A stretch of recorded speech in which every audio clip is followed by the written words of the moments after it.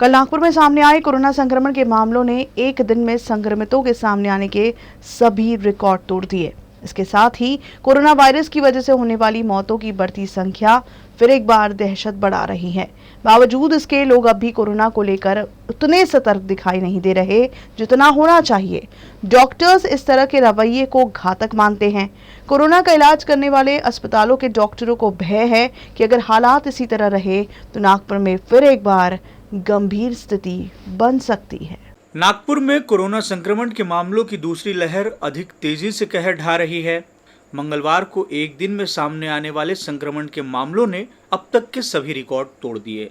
नागपुर में फिर से बन रहे हालात शहरवासियों को सचेत करते हुए ताकीद दे रहे हैं कि अगर अब भी नहीं सुधरे तो हालात पूर्व में अगस्त और सितंबर के महीने की स्थिति से भी भयावह हो सकते हैं।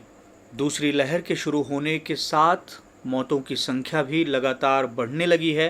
कोरोना के मरीजों का इलाज करने वाले डॉक्टर आशंका व्यक्त कर रहे हैं कि अगर इस बीमारी से लड़ाई में ढिलाई भरा रवैया इसी तरह जारी रहा तो इसका गंभीर परिणाम शहर और इसमें रहने वाले लोगों को भुगतना पड़ेगा।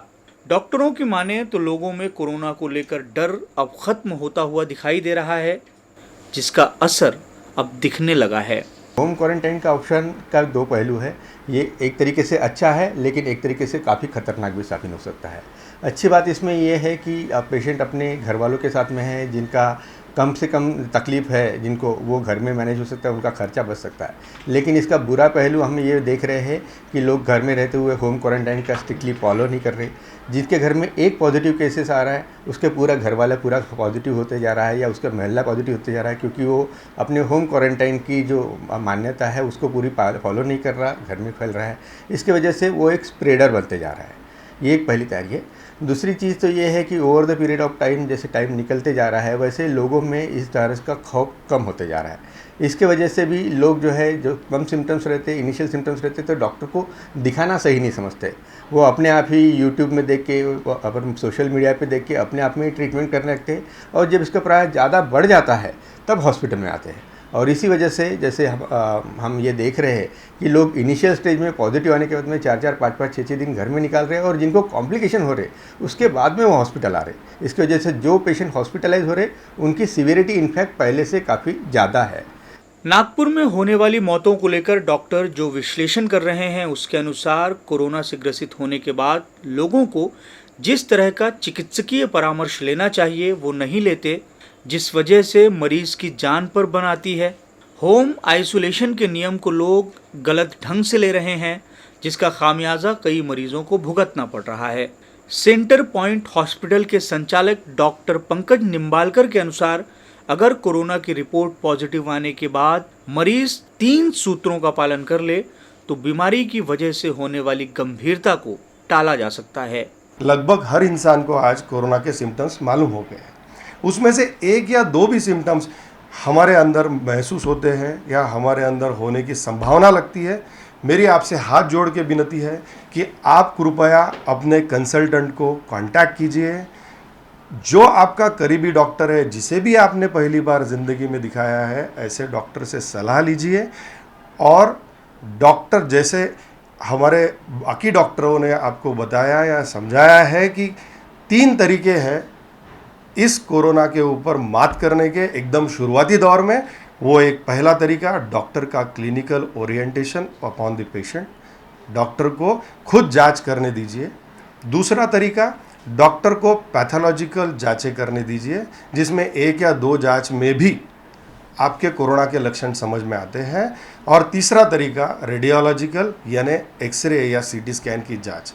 ये तीनों तरीके की जांचें जो है, इससे आपके अंदर का संक्रमण कितना, कब और कितने समय में निकल सकता है, इसकी पूरी माहिती आपको पुस्तक के आधार पर आपके सामने आ जाती है। डॉक्टर पंकज निम्बालकर बताते हैं कि अस्पतालों में आने वाले कई मरीजों का सिटी काउंट्स खतरे के निशान से ऊपर होता है, कईयों का तो 25 तक पहुंच जाता है। इस स्थिति में डॉक्टर का कुछ कर पाना भी मुश्किल है। लेकिन इन सब के बीच अच्छी बात यह है कि कोरोना की बीमारी में हुई मेडिकल ग्रोथ मरीजों के लिए फायदेमंद साबित हुई है। कोरोना ट्रीटमेंट प्रोटोकॉल समेत दवाइयों, चिकित्सकीय निरीक्षण और परामर्श पहले से बेहतर हुआ है।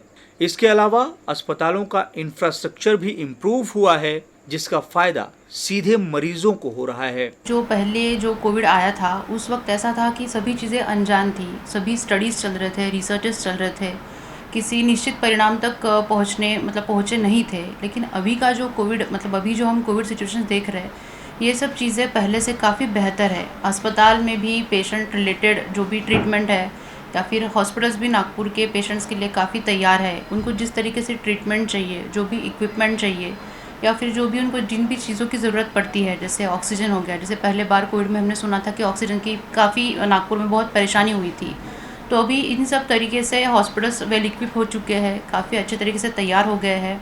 जो पहले दवाइयों के बारे में भी इतनी जानकारी नहीं थी, तो वो जानकारी अभी लोगों को भी काफ़ी जानकारी है। पहले क्राइसिस में हमने बहुत फेस किया था कि समय पे दवाइयाँ नहीं मिलती थी, दवाइयों का शॉर्टेज चल रहा था। इन सब सिचुएशन से अभी अपन काफ़ी उभर चुके हैं। अभी सभी दवाइयाँ काफ़ी मात्रा में हमें उपलब्ध होती है, दिक्कतें नहीं होती है। ऑक्सीजन की परेशानी से भी नागपुर काफ़ी उभर के आया है। नागपुर में कोरोना की दूसरी लहर न आए, इसके लिए भरकस प्रयास हुए, बावजूद इसके कामयाबी नहीं मिली। अंदेशा पहले ही व्यक्त किया गया था कि अगर दूसरी लहर आई तो इसकी तीव्रता अधिक खतरनाक होगी। ये अंदेशा अब सच साबित होता दिखाई भी दे रहा है। ऐसे हालात में जब सबको सब पता है, तो लापरवाही बरतने से ज़्यादा बेहतर सतर्क रहना होगा।